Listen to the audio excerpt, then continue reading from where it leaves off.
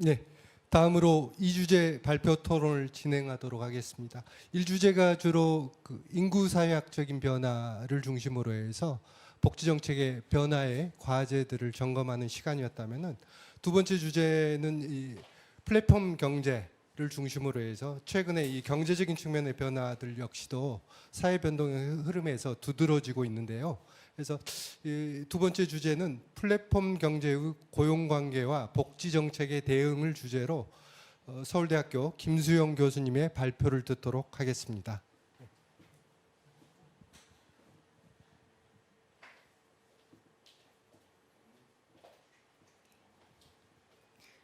안녕하세요. 방금 소개받은 서울대학교 사회복지학과 김수영이라고 합니다. 오늘 제가 맡은 주제 발표는 왜 고용관계만이 플랫폼 노동 문제를 해결하기 어려운가에 대한 것입니다. 이게 지금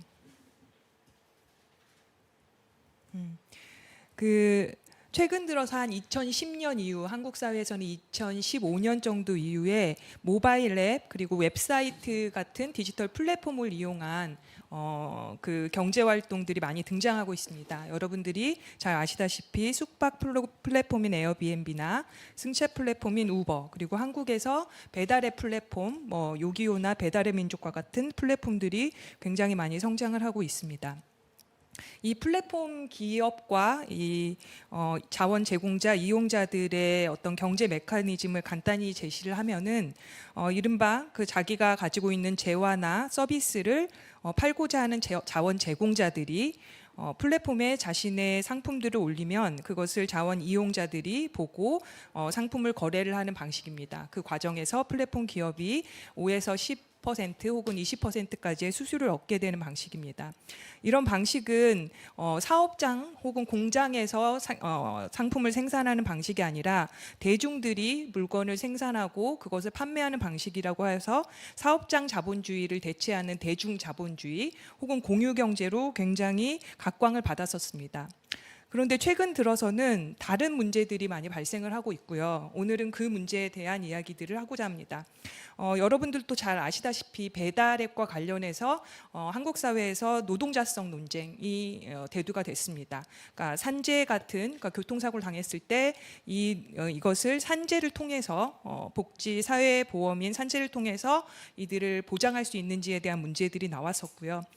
이런 문제가 한국 사회에서만 아니고 우버 운전자 그리고 미국에서는 핸디나 리프트, 홈조이와 같은 다른 플랫폼 경제 속에서도 이러한 노동자성에 대한 집단 소송들이 있었습니다. 그리고 현재도 계속 이런 문제들이 계속되고 있고요. 이 문제를 해결하는 기본적으로 이거를 바라보는 학계의 방식들은 두 가지로 볼 수 있을 텐데요. 우선 이게 근로자성에 대한 법적인 논쟁이기 때문에 법학계에서는 노동법에 일반적으로 있는 기준의 어떤 노동법의 조항들에 따라서 이들이 실제로 근로자로 판별될 수 있는지 없는지에 대한 논쟁들이 많이 하고 있고, 그리고 우리 사회정책학계 그리고 사회학계에서는 디지털 자본주의에 대한 이론적인 논의들이 많이 있습니다. 그래서 기존의 마르크스의 자본가와 노동자의 어떤 계급 갈등의 문제 속에서 이 문제를 바라보는 것이죠. 그래서 플랫폼 기업인 자본가가 개별 플랫폼 자원 제공자인 노동자 사이에서 착취가 일어나고 이들을 위해서는 자원 제공자인 노동자, 그러니까 플랫폼 노동자를 위한 사회 보장이 여러 방식들로 강화돼야 한다라는 논의들이 있습니다. 근데 저는 여기서 좀 한 걸음 물러서서 생각을 해봐야 한다는 입장인데요. 왜냐하면 고용 관계라는 것이 사실은 산업 사회에서 자본가와 노동자, 사업자와 근로자 사이에서의 있는 굉장히 특정한 생산 관계라는 것입니다. 이 논의를 위해서 이론적으로 막스에 대한 이야기를 해야 할 것 같은데요. 그 생산이라는 것은 생산 관계, 그러니까 고용 관계라는 것도 하나의 생산 관계이고, 이 사회에서 모든 생산은 여러 사람들이 분업을 통해서 관계를 맺으면서 이루어지고 있죠. 그리고 특정한 생산 양식은 특정한 생산 관계를 만들어냅니다. 그리고 이 생산 관계에서 되게 중요한 거는 우리가 주류 경제학에서 말하는 생산 요소, 그리고 막시즘에서 말하는 생산력이 누구에 의해서 분업으로 동원되는가에 대한 문제입니다. 밑에 있는 예를 그냥 잠깐 보시면은 생산 양식이 농업 경제에 있을 때에는 생산력이라고 할 수 있는 생산 수단과 노동력이 토지와 노동이라는 두 가지가 있었고, 이때 생산 수단인 토지를 가진 지주와 그리고 노동력을 제공하는 농노 사이의 주종 관계라는 생산 관계가 만들어지게 되는 것이죠. 그리고 산업 사회에서는 제일 중요한 생산물이 공산물이기 때문에 사실은 그 토지라는 자연물이 아닌 그 기계나 공구나 아니면은 건물과 같은 공장과 같은 이런 인공물로서의 생산 수단을 가진 자본가가 굉장히 중요한 인물이 되고, 여전히 노동력을 제공하는 이 노동자와 자본가가 맺는 관계를 우리가 고용관계라는 굉장히 특정한 산업 관계에서의 생산 관계의 이름으로 불리는 것입니다. 물론 최근에 들어서는 생산 요소 중에 경영이라는 것이 노동이랑 자본에서 분화돼 나왔고요. 그래서 이 경영을 노동자에서 분화돼서 나오면 보통 전문 경영자라고 말을 하고, 그다음에 토지나 자본에서 분화돼서 나오면 우리가 이들을 오너 경영인이라고 말을 하는 거죠. 하지만 이 과정 속에서도 여전히 고용관계라는 것은 성립되는 상황입니다. 그러면은 이제 우리가 물어봐야 하는 것은, 플랫폼 경제라는 것이 고용관계로 성립되기가 굉장히 어렵고 지금도 논쟁이 되고 있는 상황인 것인데, 그러면은 만약에 이들이 산업사회의 생산 요소의 동원 방식과 동일하게 일어난다면 이거는 고용관계가 성립되는 산업사회의 어떤 생산 양식이겠죠. 그런데 농업 경제에서 공업 경제, 산업 경제로 넘어왔을 때 생산의 어떤 관계들이 변했다면은 이번에도 플랫폼 경제가 그렇게 질적으로 변화가 되는 그런 생산 양식이라고 한다면 우리는 더 이상 산업 사회에서의 생산 관계를 정의하는 고용 관계로 이들을 말할 수 없는 상황이 되는 겁니다. 그래서 연구 문제로 1번은 토지 노동 자본이라는 것을 도대체 이 플랫폼 경제에서는 누가 동원을 하는 것인가. 보통 생산 수단을 가지고 있을 때 우리가 그들을 자본가라고 부르고, 그다음에 노동력을 동원하는 사람들을 피지배 계급으로서의 노동자라고 부르는 이 시스템이라면 그런 방식으로 동원이 되고 있는가를 봐야 하는 거고요. 두 번째로는 경영을 투입했을 때 이 관계가 변하는가에 대한 이야기를 해야 합니다. 그리고 세 번째로는 만약에 기존의 토지 노동 자본 경영이 아닌 새로운 생산 요소가 분화돼서 나왔는가를 확인을 해야 하고, 그리고 그렇게 되었을 때는 플랫폼 경제의 생산 양식과 생산 관계를 어떻게 정의 내릴 수 있을까에 대한 논의를 차근차근 진행을 해 보고자 합니다. 이 방식을 택한 이유는 지금까지 대부분 법 조항이나 아니면은 디지털 자본주의라는 이론 상황에서 연역적으로 그들을 규정하는 방식을 택했었는데, 제가 질적 연구자이기도 하고 균합적인 방법으로 이 문제를 생각을 해봐야겠다라고 생각을 해서 한국의 13개의 플랫폼 기업들을 선정을 해서 그들의 어떻게 토지 노동 자본과 경영과 같은 생산 요소를 동원하면서 생산에 참여하는가에 대한 것을 봤고요. 지금 이 PPT에서 보시다시피 서비스와 재화를 상품으로 가지고 있는 우리가 잘 아는 배달 앱이나 재능 혹은 숙박 앱만이 아니라 다른 여러 앱들 플랫폼들을 섭외를 해서 조사를 했습니다.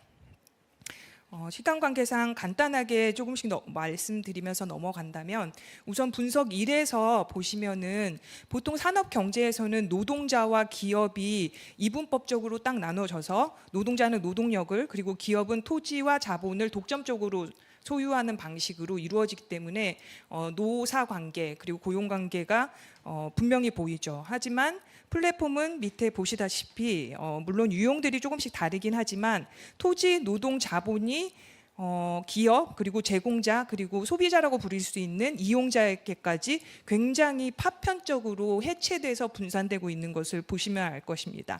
그래서 이런 분산적이고 역진적으로 심지어는 기업이 토지 자본을 가지고 있는 경우는 거의 없고 거의 노동을 제공을 하는데요. 이게 좀 추상적이라 간단한 예를 보여드리면은 우리가 에어비앤비를 잘 알고 있지 않습니까? 숙박 플랫폼인데 보통 일반 플랫폼에서는 일반 숙박업에서는 호텔의 기업이 그 호텔 부지와 그 빌딩을 가지고 있죠. 그리고 호텔리어라고 부를 수 있는 노동자들이 리셉셔니스트나 메이드나 셰프 같은 사람들이 노동을 제공을 하는데, 숙박 플랫폼에서는 이런 숙박 숙박의 토지 자본이라고 할 수 있는 빈 방은 호스트가 소유하고 있고요. 그리고 플랫폼 기업은 리셉셔니스트가 할 수 있는 안내나 결제나 뭐 외국어에 대한 뭐 그런 서비스나 이런 거를 제공하고 있습니다. 그래서 사실 그냥 그 존재를 보는 게 아니라 기업이나 개별 노동자라는 그 존재가 아니라 이 생산 요소가 어떻게 분할이 되는지를 보면은 사실은 노동, 서비스 노동에 해당하는 것들을 플랫폼 기업이 제공하고 있다는 것을 알 수 있습니다. 나머지 기업들도 거의 비슷하게 노동을 제공하는 방식입니다. 예를 들어 뭐 알선이나 아니면 중개나 위탁 서비스 같은 것을 제공을 하는 것이죠. 이런 과정 속에서는 사실은 오프라인에서 이 물건을 생산하기 위한 가장 직접적인 생산 수단들은 거의 자원 제공자나 이용자가 가지고 있는 것이고, 플랫폼 기업은 그 중간에 서비스를 제공하는 서비스 노동을 투입을 합니다. 그래서 제가 질문을 여러 차례 모든 기업들에게 드렸을 때 그 13개 기업 전부 다 자신은 중개 서비스 제공자라고 말을 했고, 자기가 받는 수수료는 자신의 노동에 대한 인건비라고 말을 하는 것을 볼 수 있었습니다. 분석 툴을 보면은 이제 경영을 투입했을 때는 어떻게 되느냐에 대한 검침입니다. 그러니까 노동이라는 부분에서 이제 경영이 분화돼서 나오기도 하고요, 자본에서 분화돼서 나오기도 하는데, 이 경영이라는 것의 요소를 다시 한번 들어가서 어떻게 분화돼서 동원되는지를 보면은 그림에서 보시다시피 제공자가 경영을 하는 경우도 있고 자원 이용자가 경영을 하는 경우도 있지만 플랫폼 기업도 경영에 참여를 합니다. 그러면 경영이란 무엇이냐를 봤을 때 그 주류 경제학에서 말하는 경영은 여러 가지 생산 요소, 그러니까 토지, 노동, 자본을 조합을 해서 어떻게 어디에 동원을 하는가를 결정하고 그 과정에서 수익을 극대화하는 방식으로 관리를 하는 것입니다. 플랫폼 기업이 경영에 참여하는 방식은 에어비앤비나 아니면은 배달의 민족이나 이런 것 같이 브랜딩을 하는 방식이 있고, 자원을 제공하는 이용자를 모집하기도 하고 홍보에 참여하기도 합니다. 그래서 이들의 방식은 실질적으로는 프랜차이즈 기업의 모기업과 같은 방식으로 플랫폼 기업이 제공자하고 관계를 맺고 있는다고 보시면 되고요. 그림에서 보시다시피 통닭의 모기업이 그 밑에 있는 자영업자들과 서로 이렇게 경영에 대한 협업을 하듯이 플랫폼 기업인 에어비앤비나 아니면 제가 봤던 그 모든 기업들이 그 밑에 있는 자원 제공자들과 파트너십을 맺고 있는 관계입니다. 그래서 사실 경영자로서 어느 정도의 책임을 물을 수 있지만 이들을 고용을 한 노동자로서 책임을 묻기에는 굉장히 어려운 상황에 있다고 볼 수 있습니다.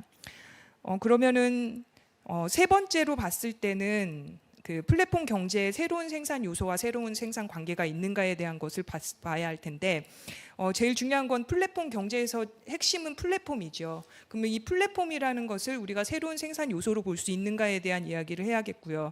그랬을 때에는 아날로그 산업 경제와 질적으로 차이가 있는 부분이 무엇인가를 포착을 해내야 할 것입니다. 위의 그림들은 아날로그 시장에서의 모습입니다. 막스가 마켓이 이루어지는 방식은 스피어 오브 프로덕션 그리고 스피어 오브 서큘레이션이라는 두 가지의 영역, 그러니까 생산 영역과 유통 영역으로 나누어진다고 봤고요. 그걸 주류 경제학에서는 생산 요소가 동원돼서 생산이 이루어지는 요소 시장과 그리고 상품이 만들어진 상품을 유통하는 상품 시장으로 나눕니다.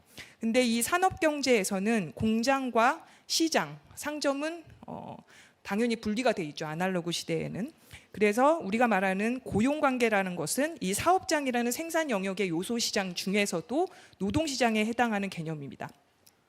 디지털 경제에서는 이 플랫폼이 어디에 위치해 있는가가 사실은 플랫폼 경제를 정의하는 굉장히 중요한 방식이겠죠. 근데 이 플랫폼이라는 것은 많은 그 디지털 자본론이나 아니면 플랫폼 경제에 대한 논의에서는 이거를 디지털 자본이라고 봅니다. 근데 사실은 디지털 자본이라는 것은 생산 영역에서만 있는 것이고요. 플랫폼은 그냥 생산 영역에 있는 공장의 역할만 하는 것이 아니고 사실은 시장에서 이용자들이 그 플랫폼을 보고 여러 가지 물건을 살 수 있는 상품 시장이기도 하죠. 그리고 이러한 방식들로 이 플랫폼이 양쪽에 걸쳐서 이루어지고 있습니다. 그리고 이 플랫폼이라는 것을 디지털 자본이라고도 분명히 볼 수 있는 것은 이게 가상의 컨베이어 벨트, 디지털 벨트, 컨베이어 벨트라고도 볼 수 있고요. 그래서 여기에 물건을 업로드해야만 이 물건이 플랫폼 경제에서 상품으로 팔릴 수 있는 곳이기 때문에 사실은 공장의 가장 최종 생산 라인이라고 할 수 있는 역할을 하고 있습니다. 그래서 디지털 캐피탈이라는 역할도 하지만 디지털 마켓이라는 역할도 할 수 있다라는 것이고, 그래서 디지털 캐피탈이라는 말로만 플랫폼 경제를 플랫폼을 정의를 한다면 그 존재의 속성을 알 수 없는 것이죠. 그랬을 때는 캐피탈과 마켓이라는 맛을 그냥 합해서 제가 그것을 마켓피탈이라는 이름으로 바꿨는데요. 그거는 마치 프로듀서와 컨슈머를 합해서 우리가 프로슈머라고 부를 수 있듯이 디지털 시대에 많은 포스트 모던한 방식으로 두 개 가지가 존재가 융합되는 것을 볼 수 있습니다. 그 방식으로 마켓피탈이라는 그런 존재 그 요소를 뺐고요. 그랬을 때는 그 토지 노동 자본 경영이라는 것은 여러 기업과 이용자들에게 다 분산적으로 해체돼서 동원이 되지만 마켓피탈은 유일하게 플랫폼 기업만 독점적으로 소유하고 있다는 것을 보실 수 있습니다. 이 마켓피탈이 그러면 어떻게 이윤을 창출하고 있는지를 봐야 하는데, 앞에서 말씀드렸듯이 첫 번째 단계에서는 이것은 중개 서비스 노동의 대가입니다. 그러니까 노동에 대한 인건비가 되는 거죠. 그리고 두 번째로는 경영에 대한 수익 배당금이 되고요. 세 번째로는 디지털 자본에서 플랫폼의 경제 활동자들이 경제 활동을 하고 얻은 가치를 잉여 가치로 취하는 자본가로서의 역할도 합니다. 근데 우선 이 상품 시장으로 봤을 때는 잉여 가치가 가장 크게 나타나는데, 그 이유는 밑에 보시다시피 골목 재능이라는 그 재능 마켓이 있습니다. 뭐 숨고나 아니면 탈인과 같은 그런 플랫폼의 프리랜서 마켓인데요. 이 마켓이 처음 만들어졌을 때는 월 매출이 100만 원밖에 안 됐지만 지금은 연 매출액이 6억이 넘습니다. 그런데 만약에 그 노동자나 아니면 경영자가 늘어났다면, 그러니까 인간의 노동력이 늘어났다면은 이 가치가 노동이 생산한 가치라고 볼 수 있겠지만 여전히 골목 재능은 1인 기업입니다. 그리고 최근에 한 명의 그 종사자를 고용한 상태입니다. 그러니까 2인 기업이 할 수 있는 거는 당연히 인건비나 수익 배당금이라기보다는 잉여 가치로서 그 부분을 얻은 게 맞겠죠. 그런데 사실은 이 부분까지는 우리가 많이 이야기를 하는 부분이지만 그 뒷부분에 대한 이야기들이 조금 복잡하긴 하지만 플랫폼에 대한 어떤 속성을 파악하는 데 굉장히 중요한 부분이라고 생각하는 것은, 사실은 지금 우리가 말하는 그런 상품 시장, 그러니까 숙박 플랫폼에서는 숙박, 그리고 배달 플랫폼에서는 배달앱, 혹은 뭐 승차 플랫폼에서는 승차, 이런 1차 상품이 플랫폼 기업이 실제로 타깃으로 하는 수익의 창출 구조에서 차지하는 비중은 그렇게 많지 않습니다. 사실 지금까지 그 13명의 열세 플랫폼 기업들을 가서 방문을 했을 때 그들이 노리는 것은 실제로는 1차 시장에서 만들어진 상품 자체에는 큰 관심이 없는 거죠. 예를 들어서 버스커 링크나 골목재능과 같이 뭐 프리랜서 마켓이나 아니면 버스킹을 하는 아티스트들 연결하는 그런 플랫폼에 있는 사람들이 실제로 뭐 아티스트의 플랫폼이나 아니면 재능 프리랜서의 디보션을 하는 그런 기업이냐라고 했을 땐 그렇지 않고요. 그들은 대부분 자기의 시장을 넓혀서 그 시장을 다른 기업들이나 아니면은 기업들의 콜라보레이션을 하거나 혹은 그들에게 파는 M&A를 하는 방식으로 돈을 얻기를 원하는 것입니다. 수익을 얻기를 원하는 방식인데, 이게 왜 이런 식으로 되냐면, 사실은 아까 플랫폼이 공장이 아니고 시장이라고 말씀을 드렸잖아요. 그러니까 시장으로서의 역할도 한다. 그러면 시장에서는 많은 물건들이 전시가 되고, 그리고 전광판이 있고 뭐 광고 게시판이 있듯이 거기에 그 상품, 그러니까 원래 1차 상품이 아닌 다른 상품들을 선전하고 광고할 수 있습니다. 그러니까 유튜버 같은 경우에는 동영상 플랫폼이긴 하지만 동영상만 올라가는 게 아니라 다른 시장의 여러 상품들이 광고가 올라가는 거죠. 그러니까 이렇게 됐을 때는 이 플랫폼이라는 건 또다시 한 번에 변신을 하게 됩니다. 그러니까 디지털 마켓에서 디지털 미디어로 변신을 하게 되는 것이죠. 그리고 이러한 부분에서 시장의 규모가 커져야 하고, 이것을 가지고 플랫폼은 실질적인 수익의 가장 최종적인 목적 중에 하나가 이 부분이 되는 것입니다. 그리고 또 다른 하나의 방식은 이제는 많은 사람들에게 플랫폼의 어떤 이윤 창출 구조가 많이 알려져서 이 부분도 알려져 가고 있지만 어떤 부분이 있냐면은 그 우리들이 그러니까 플랫폼의 자원 제공자들이나 이용자들이 생산하는 게 단지 상품만이 아니라 여러 가지 정보, 개인 정보들도 있죠. 이건 우리가 그냥 자연스럽게 나오는 것이기 때문에 이것을 노동이라고 볼 수는 없는 겁니다. 그런데 이게 그냥 우리가 지나갈 때 추적되는 그런 트래킹의 어떤 시스템들로 그런 정보들이 생산이 되고 있습니다. 그래서 이 시장도 하나의 생산 시장에서 요소 시장 중에 하나인데 이것은 원자재 시장이라고 할 수 있죠. 우리가 생산하는 데이터라는 게 노동으로서의 산물은 아니지만 어떤 자본에서 원자재라는 게 자본 중에 하나이기 때문에 이 자원 제공자나 이용자들이 이런 원 데이터를 생산하고 있는 것입니다. 그리고 이것을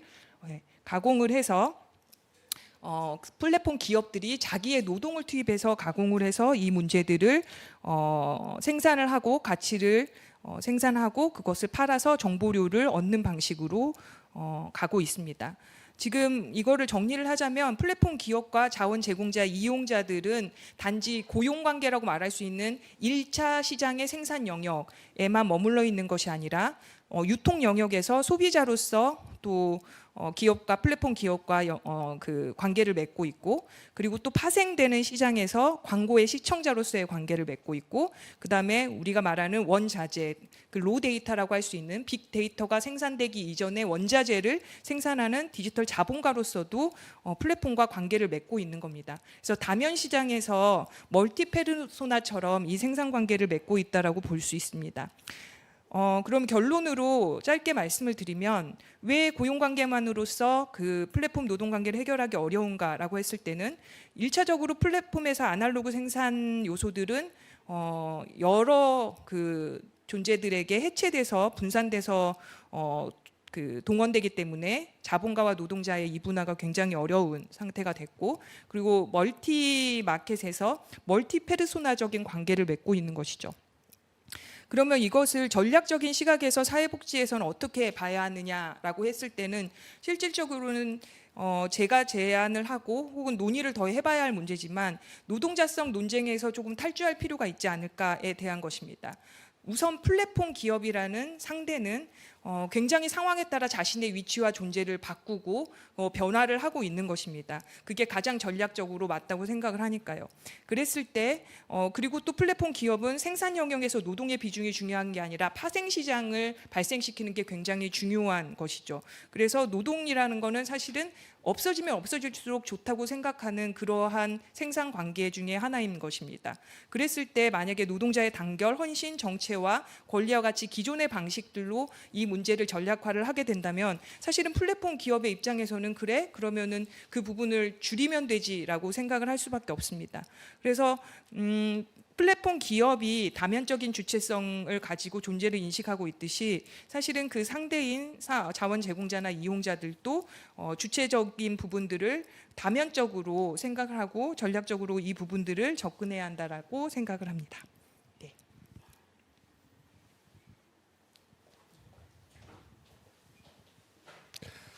예, 발표 수고하셨습니다. 예, 발표 잘 들었습니다. 예. 굉장히 많은 분량의 그 연구 내용인데 짧은 시간 안에 발표해 달라고 해서 너무 죄송스럽기도 하고 아마 그 발표 자료집에는 상당히 그 플랫폼 경제의 구체적인 모습들을 13개 사례를 가지고 굉장히 구체적으로 분석하고 있는데요. 플랫폼 경제가 무엇인지를 또 이해하는 중요한 내용들을 많이 담아놓고 있는 것 같습니다. 예, 발표 감사드립니다. 이 김 교수님의 그 발표 내용을 좀 정리해 보면은 예, 한국 사회에서도 최근 두드러지게 확대되고 있는 플랫폼 경제의 고용관계, 생산관계라는 것은 일반적인 그 자본주의 생산관계를 적용하여서 규정하거나 파악하기 어려운 새로운 양상이다. 따라서 이들의 고용 복지 문제는 기존의 그런 관점으로 접근하는 것, 파악하는 것은 적절치 않고 새로운 뭔가 정책적인 접근들이 필요하지 않느냐라는 지적을 하여 주신 상당히 날카롭고 신선한 주제 발표가 아니었나라고 평가됩니다. 그럼 이어서 토론자의 토론을 듣도록 하겠습니다. 토론은 가톨릭대학교 백승호 교수님이 하여 주시겠습니다. 10분 토론 부탁드립니다. 됐나요? 네, 가톨릭대학교 백승호입니다. 네, 발표 재밌게 잘 들었고요. 일단 좀 내용이 약간 좀 복잡해서 전반적인 큰 그림을 좀 이해를 하는 게 필요하지 않을까라는 생각이 들어서 제가 약간 큰 그림을 먼저 이야기하고 발표 내용에 대해서 짧게 말씀을 드리도록 하겠습니다. 일단 이제 플랫폼 기업으로부터 시작을 하셨는데 플랫폼 기업이라고 그러니까 저는 이제 자본주의의 변화를 한번 크게 조망을 한번 해봐야 되겠다. 우리가 이제 흔히 자본주의가 어떻게 변해왔냐라고 이야기할 때 이제 산업자본주의에서 또 서비스 자본주의 또는 금융자본주의 그리고 그다음에 이제 플랫폼 자본주의 또는 디지털 자본주의로 변해왔다고 이야기를 하죠. 산업자본주의에서 그 돈을 버는 방식에서의 핵심은 이제 토지와 노동 자본 계속 발표문에 나왔던 이제 토지와 노동 자본이라고 하는 것이 산업자본주의에서 자본 축적의 핵심적인 생산 3대 요소였죠.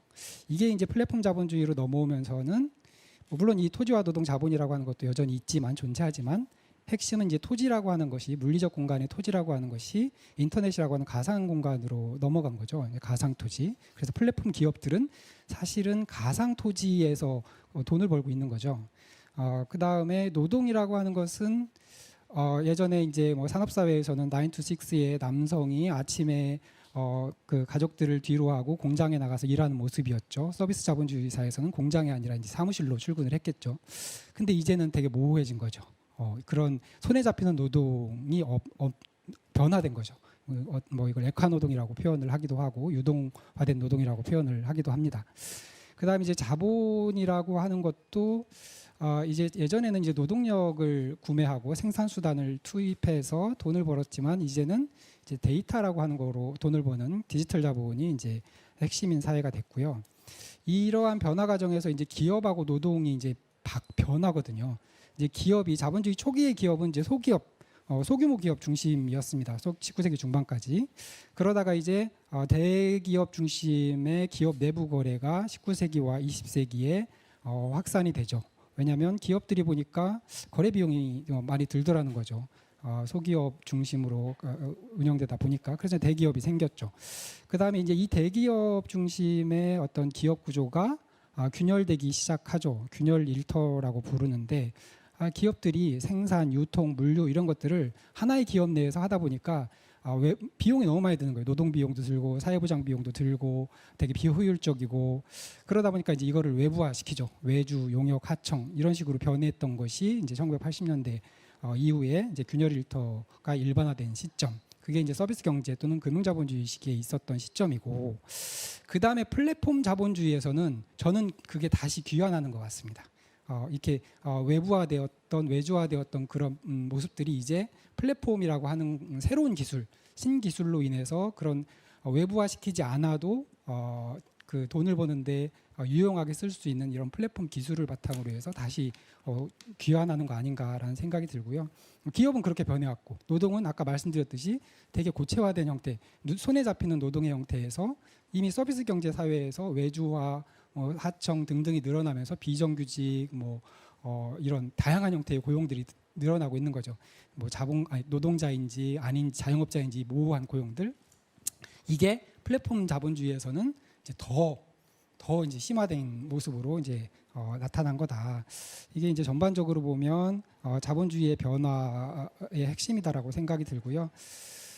그 핵심을 또 이제 간단하게 여기서 그 발표문에서 나왔던 용어들을 사용해서 말씀을 드려보면 생산이라든지 물류라든지 유통이라든지 재고 관리라고 하는 것이 하나의 거대한 대기업에서 진행되었던 것이 균열되고 외주 하청되다가 이것이 다시 플랫폼이라고 하는 새로운 형태의 자본주의 시스템이 등장하면서 다시 하나의 통합되는 이제 이런 과정에 있는 것이다라는 생각이 들고요. 그러면 이제 플랫폼 자본주의라고 얘기할 때 플랫폼 기업을 말씀하셨는데 하여튼 플랫폼 자본주의의 핵심은 뭐냐? 핵심은 이제 그 데이터의 기록, 추출, 저장 이런 기술을 통해서 새로운 비즈니스 모델을 창출한 거죠. 플랫폼 자본주의라고 하는 거는 그런 새로운 비즈니스 모델이 가능하게 했던 것이 뭐냐면 디지털 플랫폼이죠. 플랫폼은 그래서 데이터를 모으고 저장하고 활용하고 이제 이런 것들이 이 플랫폼이라고 하는 것들이 이제 플랫폼 기업이 만들어낸 알고리즘 이 두 개가 이제 결합이 되면서 돈을 벌어 가는 거죠. 이걸 가지고 광고 아까 뭐 발표문에도 많이 나오지만 광고도 하고 등등 여러 가지 서비스도 하고 이제 하는 거죠. 이제 이게 이제 디지털 플랫폼 자본주의의 모습이다. 그런데 이 플랫폼 자본주의에서의 그 플랫폼의 모습은 지금 발표문에서는 주로 이제 중개 플랫폼만 이야기했는데 그것만 있는 건 아니고 이제 구글과 같은 광고 플랫폼도 있고 드롭박스나 이런 것 같은 클라우드 플랫폼도 있고 그다음에 지멘스 같은 어떤 직접 제조업이 플랫폼과 결합된 형태도 있고 그다음에 뭐 이렇게 그 구독 경제라고 이야기하는 상품 플랫폼도 있고 이제 이런 거죠. 이제 이런 와중 속에서 이제 중개 플랫폼을 말씀을 하신 거라고 이해가 되는데요. 얼마나 남았죠? 예. 그런데 이제 그 이 발표문에서 이렇게 상당히 헷갈리는 부분들이 되게 많이 있습니다. 그것 중에 하나의 핵심이 표 3 같은 경우 보면은 이제 플랫폼 기업이 노동을 제공한다. 이런 표현들이 있어요. 되게 헷갈리는 표현들이죠. 보통 노동은 이제 사람이 제공을 하는 거죠. 플랫폼 기업 예를 들면 호텔 리셉션 리스트를 얘기를 했는데 호텔 리셉셔니스트들이 하던 역할을 이제 플랫폼이 이제 뭐 하죠. 저기 에어비앤비라든지 뭐 호텔스닷컴이라든지 이런 플랫폼들이 하죠. 그러니까 예약도 받고 결제도 하고 이게 노동이냐는 거예요. 이건 노동이 아니죠. 이건 노동이 아니고 예를 들면 그런 거예요. 사람이 하던 일을 공장에서 사람이 하던 일을 기계로 대체했어요. 그럼 기계가 하죠. 그럼 기계가 노동을 하는 건 아니잖아요. 그거는 기계가 노동을 하는 게 아니라 노동이 대체된 거죠, 기계로. 그러니까 전통적 서비스 경제에서 저 리셉셔니스트들이 하던 역할을 새로운 기술, 플랫폼이라고 하는 새로운 기술이 들어와서 대체된 거죠. 노동을 대체한 거죠. 그래서 표에서 노동이라고 썼던 것들은 다 틀린 얘기 아닌가라는 생각이 듭니다. 그리고 플랫폼 기업의 핵심은 아까도 말씀드렸지만 가상 토지가 없으면 즉 인터넷 공간이 없으면 플랫폼 기업은 존재하지 않죠. 뭐 그런 부분에서 오히려 노동이라고 하는 것보다 가상 토지가 여기에 들어와야 되는 거다. 이제 그런 관점에서 보면 이게 생산 양식이 과연 변한 거냐? 문제 출발이 생산 양식이 변했다라고부터 이야기를 하는 건데 생산 양식이 변한 건지에 대해서는 약간 물음표가 찍히는 부분이 아닐까. 이런 생각이 들었습니다. 그리고 그러니까 그런 표현들, 그러니까 그리고 이제 플랫폼 기업이 제공하는 노동에 대한 인건비가 수수료다, 뭐 이런 표현들이 다 거기서부터 유래하는 표현들인데 그게 이제 노동이라고 하는 건 사람이 제공하는 것이고 그래서 노동의 개념을 되게 혼돈스럽게 이야기를 하고 있는 거 아닌가라는 생각이 이제 들었고요. 그 다음에 이제 이게 고용 관계에 대한 문제 제기를 하고 있잖아요. 근데 고용 관계에 대한 문제 제기를 하고 있으면 저는 플랫폼 기업한테 이렇게 물었을 것 같아요.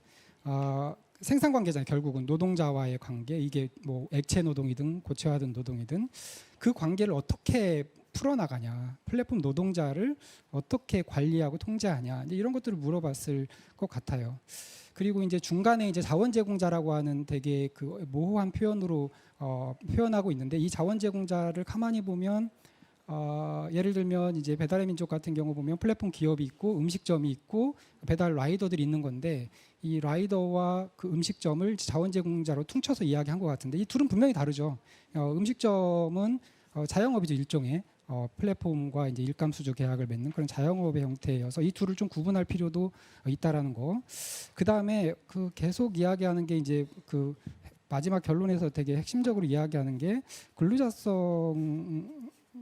근로자 노동 관계로 규정할 수 없다 뭐 이런 얘기를 하는데 사실은 플랫폼의 유형마다 좀 다른 것 같아요.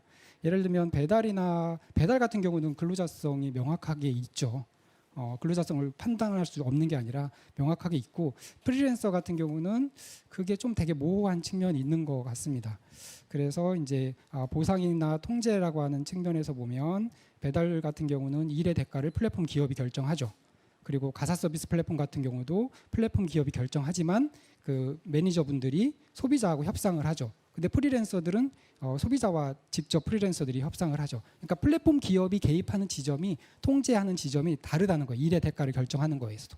그다음에 근로시간을 결정하는 것에서도 달라요.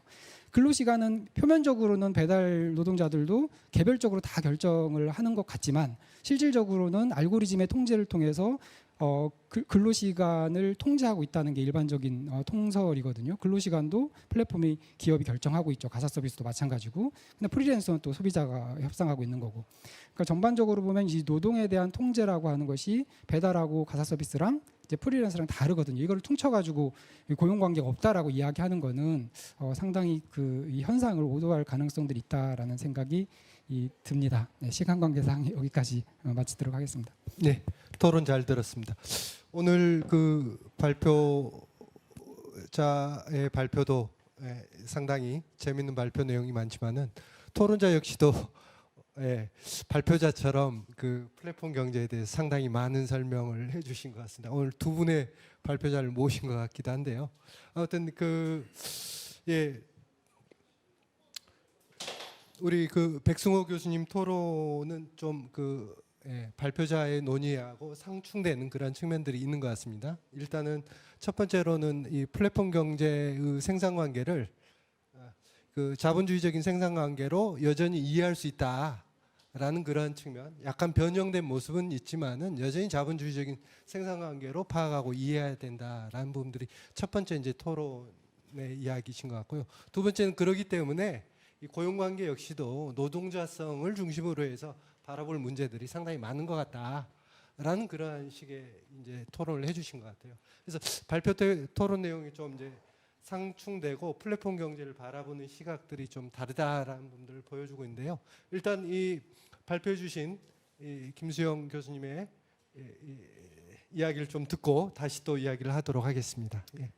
네, 말씀해주신 부분들 잘 들었고 그 부분들에 대해서 저도 고민을 많이 했던 부분들이라 거기에 대해서 짧게 말씀을 드리겠습니다.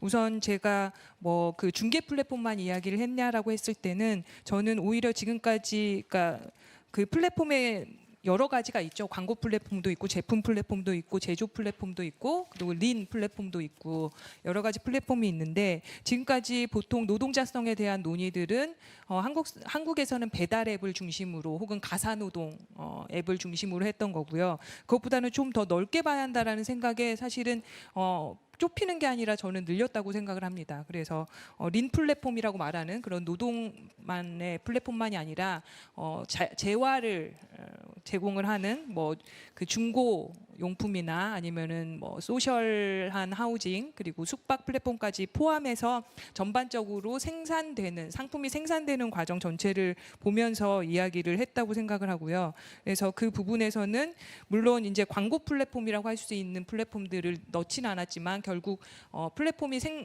자기의 그 마켓을 다면 시장으로 변신하는 과정에서 당연히 파생되는 부분이기 때문에 우선은 그 부분은 늘렸고요.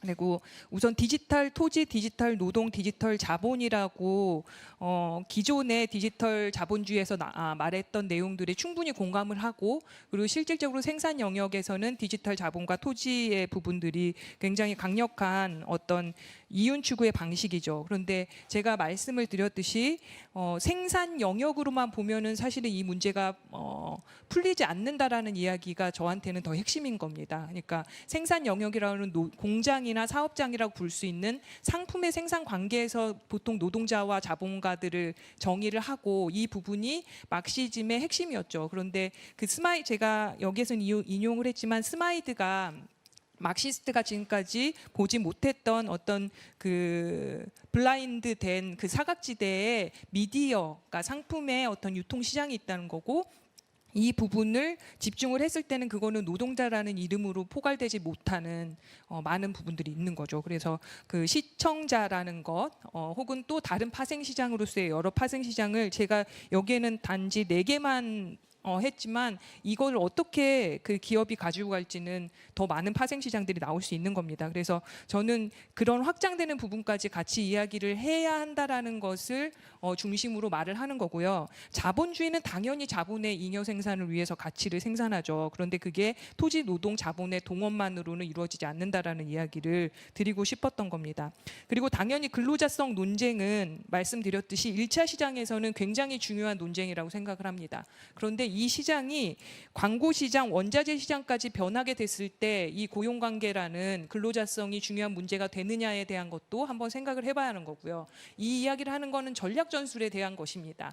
그러니까 그 기업이 자기 자신의 존재를 계속 변화를 하고 있는데 그것을 그 자원 제공자나 이용자를 노동자라고 존재로 주체화를 하는 것이 그 전략 전술에 맞느냐는 거죠. 상대의 변화 속에서 자기 자신을 주체화하는 방식, 그리고 자기의 존재를 직자적 존재에서 대자적 존재로 바꾸는 방식이 예전에는 농노에서 노동자의 단결을 말했던 것처럼 자기의 존재를 바꾸는 그런 연습을 했던 것처럼 플랫폼 기업이 자기의 존재를 바꿔나가는 과정에서 그것을 노동자로서 대응을 해야 하느냐의 문제입니다.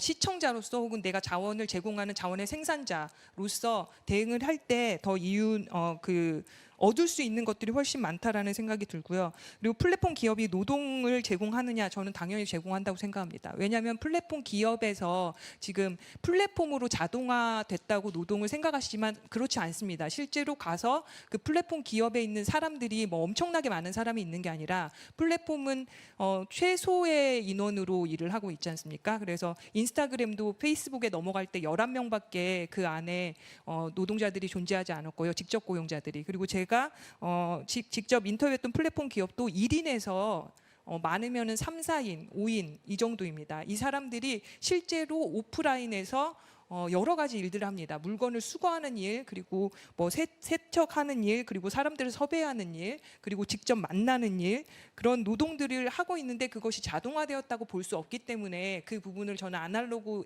시장에서 노동으로 분리를 시켜서 봤던 것이고요. 그것을 플랫폼 기업이 디지털 자본을 제공한다라고만 말하기에는 굉장히 어려운 부분들이 있다고 생각을 합니다. 네, 김수영 교수님께서는 플랫폼 경제의 모습이 상당히 다양하다. 하나의 일부분만 가지고 파악해서 이 플랫폼 경제 참여자들의 고용 관계를 이야기하는 것은 좀 제한적이지 않느냐. 뭐 이제 그런 쪽의 논평이신 것 같아요. 어떻게 네, 생각하시나요? 저 아까 동의하는데요. 그러니까 어떤 표현들이 있냐면 플랫폼 경제에서는 근로자성을 논하는 게 거의 무의미하다라고 말씀을 하시는 부분에 대해서 지적을 한 거거든요. 무의미한 게 아니고 플랫폼 기업의 유형에 따라서 어떤 플랫폼 기업은 근로자성이 명확하게 드러나, 예를 들면 배민 같은 경우는 근로자성이 명확하게 드러날 수 있거든요. 뭐 종속성이라든지 이런 부분에서 그런 부분도 있고 아닌 기업들도 있는 거다. 프리랜서라든가 이런 부분 온라인 기반의 플랫폼 기업들은 그게 불가능할 근로자성으로 이야기하는 게 어려울 수도 있다. 근데 이거를 퉁쳐가지고 근로자성을 가지고 이야기하는 것은 무의미하다라고 하는 거는 좀 다시 생각해봐야 된다라는 말씀을 드린 거고. 그 다음에 플랫폼 기업이 노동을 제공하는 것이 아니고 플랫폼 기업에 고용되어 있는 노동자들이 오프라인에서 노동을 제공하는 거죠. 플랫폼 기업이라고 하는 것은 그런 노동자들을 고용한 거죠. 그러니까 표현을 명확히 하게 한다. 노동은 노동자가 제공하는 거고요. 그 다음에 이제 뭐 동의하는 부분 중에 하나는 이제 싸움의 지점이 분명히 달라진 겁니다. 모호해지는 노동들이 있는 거고 그 노동들이 노동자성을 인정받기 위해 한 싸움이 한편으로 있는 거고 또 다른 한편으로는 아까도 계속 말씀드렸지만 플랫폼 기업의 핵심은 빅데이터를 만들어 가지고 알고리즘과 결합해서 돈을 버는 거란 말이에요. 근데 그 흐름으로 보면 꼭 빅데이터라고 하는 것이 그 플랫폼 기업에 고용된 노동자 또는 자원 제공자와만 관련되어 있는 게 아니고 모든 시민과 관련되어 있죠. 그러면 이 싸움의 영역은 노동자성의 문제가 아니라 공유 분배, 배당의 문제인 거죠. 그래서 이 둘 중에 어느 하나가 맞고 틀리다가 아니라 이 두 가지 속성이 현재 다 존재하고 있다. 뭐 그런 얘기를 말씀드리고 싶습니다. 예, 두 분의 이야기가 상당히 대립되는 것처럼 보이지만은 사회자의 입장에서 봤을 때는 뭔가 비슷한 이야기를 하시는 것 같아요. 예, 플랫폼 경제의 모습이 다양하다라는 거고요. 한편에서는 고용 관계가 상당히 두드러진 부분도 있고 한편에서는 자영업과 같은 또 플랫폼 경제의 모습들도 상당히 존재한다라는 그런 이야기를 또 하시면서 이 두 분의 이야기가 그래서 플랫폼 경제의 다양성의 이야기로 정리가 될 것 같습니다. 근데 사회자로서 좀 궁금한 부분도 있어서 이야기를 해보겠는데요. 이 플랫폼 경제 백 교수님께서는 플랫폼 자본주의로까지 전환됐다라고까지 이야기를 하는데 플랫폼 경제나 공유 경제의 규모와 전망이 어느 정도나 되는지 이게 그 자본주의에 지금 그 김 교수님 이야기도 그렇지만 대부분 유통 쪽에서 플랫폼 경제, 소비 영역에서 플랫폼 경제만 있지 전형적인 그 산업 부문에서 플랫폼 경제 규모나 이런 부분들은 별로 크게 다가오질 않거든요. 그런 부분에서 본다면은 이 플랫폼 경제의 규모와 전망이 얼마나 되는지 앞으로 얼마나 커질 것인지 여기에 따라서 이걸 바라보는 시각들도 달라질 것 같아요. 예를 들면 이렇게 이제 플랫폼 경제가 상당히 자본주의 구조 변화 내지는 질적 전환까지도 생각을 한다면은 복지제도 전반에도 이런 변화가 필요한 건지 기본소득과 같이 아니면은 플랫폼 경제가 일부분의 이 대한경제 일부분의 영역의 새로운 변화 정도라면은 기존의 제도를 좀 뜯어 고치고 약간 조정하면서 대응해야 될 문제일 수도 있는데 이런 부분에서 이제 두 분의 이야기 중에 하나가 이 플랫폼 경제의 규모나 전망에 대한 시각들과도 상당히 복지 정책이 어떻게 대응해야 될 것인지가 상당히 관련성이 있는 게 아닌가라는 생각이 드는데요. 여기에 대해서는 어떻게 생각을 하시는지 두 분 다 이야기를 좀 해주시고 또 하나는 이런 플랫폼 경제와 관련해서 그 복지 정책의 대안들에 대해서 좀 이야기를 해볼 필요가 있을 것 같아요. 아마도 그 김수영 교수님의 여러 가지 이야기를 따르면은 그 기본소득과 같은 새로운 제도까지 갈 필요 있느냐? 기존의 이 고용보험제도 요즘에 나온 고용보험제도 전 국민 고용보험제도로 개편하는 정도로 충분하게 대응할 수 있다라는 식의 이야기가 되는 거고요. 아니다. 좀 이 구조적인 변화다라고 생각하시는 이 백 교수님 같은 경우에는 기본소득과 같이 새로운 이 복지제도의 전환이 필요하다라는 이야기가 될 수도 있을 것 같아서요. 두 분 다 어떤 생각이신지 좀 이야기를 좀 들어보고 싶습니다. 누가 먼저 해주시겠습니까? 플랫폼 기업의 규모는 엄청나게 커지고 있죠. 이제 지금 보통 흔히 예를 드는 게 이제 빅5 시가총액 빅5 기업들을 보면 다 플랫폼 기업이거든요. 구글, 애플 등등. 한국도 거의 이제 비슷한고. 그다음에 경향성은 앞으로 더 커질 거고. 이제 미국 데이터들 같은 경우 보면은 지금 현재로는 그러니까 GDP 한 7% 정도인 것으로 나타나는데 그 경향성은 급속하게 증가하고 있다라는 거고요. 특히 이제 광고 플랫폼 우리가 흔히 아는 구글이나 페이스북 같은 광고 플랫폼 말고 이제 산업 플랫폼이 이제 앞으로 더 중요해질 건데 연구 결과에 따르면 산업 플랫폼을 통해서 노동 비용의 25%, 에너지 비용의 20%, 유지 보수 비용의 40%를 줄일 수 있다고 합니다. 기업들로부터는 아주 획기적인 아이디어죠. 그리고 또 하나의 핵심은 재고를 관리할 수 있다라고 하는 거, 재고 제로를 만들 수 있다라고 하는 거. 그래서 지금 현재 제조업들이 가장 관심을 갖고 있는 게 센서잖아요. 모든 사물들의 센서를 부착하고 그 센서에서 보내지는 정보를 통해서 생산, 물류, 유통, 재고 관리까지 다 할 수 있는 시스템을 지향하고 있다. 그래서 켜질 것이다라는 거고요. 그다음에 두 번째 같은 경우는 복지 대응이 어떻게 돼야 되느냐. 제가 아까 두 개를 구분해서 말씀드렸던 이유가 근로자성이 확인되는 부분이 분명히 있어요. 배달의 민족이나 이런 부분들은. 그러면 이 근로자성이 확인되긴 하는데 모호한 거예요. 이게 배민이 라이더들의 고용주인지 아닌지 모호하기 때문에 이걸 끊어내기 위해서 이제 요즘 많이 이야기되는 게 전국민 고용보험이라는 이상한 이름으로 이야기되고 있지만 소득보험이라고 하는 개혁이 필요한 거죠. 소득보험이라고 하는 개혁 속에서 이제 근로자와 사용자의 매칭 관계가 아니라 벌어들인 소득에 기반해서 이제 보험 시스템을 운영하는 한 축이 필요하고요. 그다음에 또 하나의 중요한 부분은 플랫폼 자본주의에서 플랫폼 기업들이 데이터를 구축해가지고 그거를 사고 팔고 해서 돈을 벌고 있는데 그게 결국에 가서 사고 팔 수 있다는 것은 그 사람들이 소유했다라는 건데 사실은 내 데이터를 추출해 가지고는 자기들이 소유했다고 우기는 거거든요. 이제 독점하고 있는 건데 이제 그런 부분에 대해서는 다시 원래 모두의 것이었기 때문에 모두한테 분배해야 되는 즉 기본소득과 같은 공유부배당이라고 하는 제도들까지 고민될 필요가 있다. 이 두 가지가 다 필요하다라는 생각을 하고 있습니다. 예. 여기서 또 또 내용이 첨예하게 갈릴 것 같아서요. 저는 굉장히 어떻게 보면은 백승호 교수님보다 더 크게 구조적으로 변화를 했다라고 생각하는 입장이고, 제가 고용보험으로 이 문제가 해결될 거라고 보는 것도 아니고, 그리고 근로자성이 실제로 되게 중요한 개념이긴 하지만 핵심적인 개념은 아니라는 것을 말씀을 드리려고 했던 것들은, 실제로 아까 말씀드렸듯이, 그러니까 우선은 플랫폼 시장은 2025년이 넘어가면은 지금 우리가 보는 그런 배달앱이나 그 가사 플랫폼과 같은 림 플랫폼, 그러니까 노동 제공 플랫폼을 넘어서서 아까 광고 산업 플랫폼까지 전부 합하면은 지금에 있는 아날로그 산업 자체를 전반적으로 전복시킬 만큼, 그러니까 앞질러서 더 1등 그 시장을 차지할 거고요. 그래서 구조적으로 굉장히 커다란 변화이다라고 보고요. 그다음에 제가 봤을 때는 근로자성이라는 논의가 실제로 그 노동자들도 원하는 논의냐, 그러니까 그 자원 제공자들도 그렇지 않다는 거죠. 그들 자체가 노동자라고 말하면서 배민들의 어떤 그 배달앱 라이더들의 유니온들에서도 사실은 50명 정도밖에 가입되지 않은 단체거든요. 실제 제가 한 45명 정도의 플랫폼 노동자들 만났을 때 그들이 자기 자신을 노동자로 주체하기를 원하는 사람은 거의 없었습니다. 그러니까 그들 자체들이 사실은 자기를 생각할 때 자영업자나 개인 사업자 혹은 프리랜서라고 말을 하고 있는데, 그것을 단지 계몽되지 못했다거나 직자적 자아라고 말씀하기에는 굉장히 어려움이 있고, 실제로 제가 주체화를 시켜야 한다고 생각하는 부분은 소비자입니다. 그러니까 옛날처럼 자본주의가 생산 영역에서 돈을 버는 게 아니라 소비 영역, 유통 영역에서 돈을 벌고, 실제로 그 자본가들이 굉장히 무서워하는 상대는 더 이상 노동자가 아니고 소비자들입니다. 그 소비 사회이기도 하고요. 그리고 정보 사회이기도 하고요.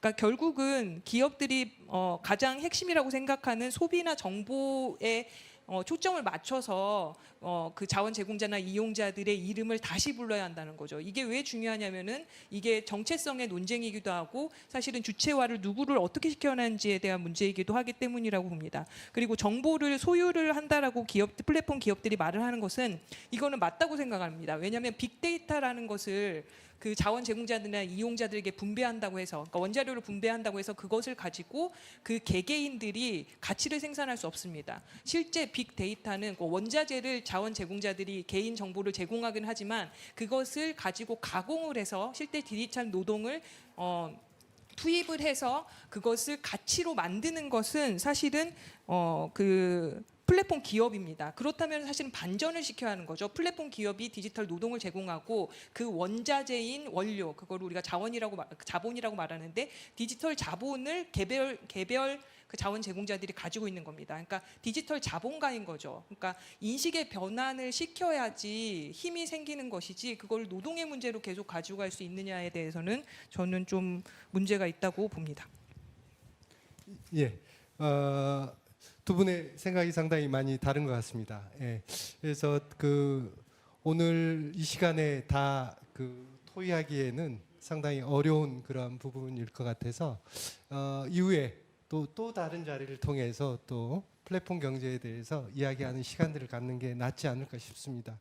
예, 최근 새로운 경제 영역으로 급부상하여 확대되고 있는 플랫폼 경제의 복지 노동 이슈와 대응 정책 방안들을 심도 깊게 생각하여 본 이 주제 발표 토론이었지 않나 그렇게 생각됩니다. 두 분의 플랫폼 경제를 전공하시는, 관심을 많이 가지시면서 선도적으로 연구하신 김수용 교수님과 백승호 교수님의 이야기를 들어봤는데요. 발표 토론에서 나왔다시피 상당히 여러 가지 시각들로 해석하고 이해할 수 있는 여지들이 많이 남아 있는 것 같습니다. 향후에도 이 플랫폼 경제, 한국 사회 내지는 한국 사회의 복지 정책, 복지 제도와 관련해서 뜨겁게 관심을 주목해야 될 그런 이슈이지 않을까라고 생각이 됩니다.